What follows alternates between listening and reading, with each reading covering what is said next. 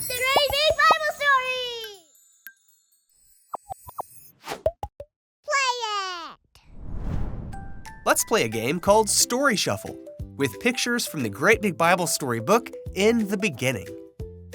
You'll start with 3 pages like this, and when you cut them out, you'll have all the pictures from the storybook.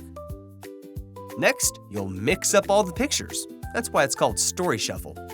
And for an extra challenge, you can flip them over so you don't know which one's which.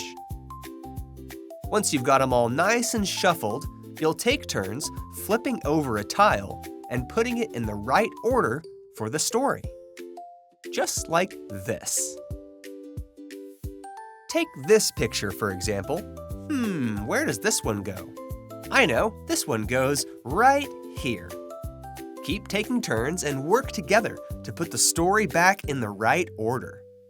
When you're finished, you'll have the story of creation from start to finish, just like this.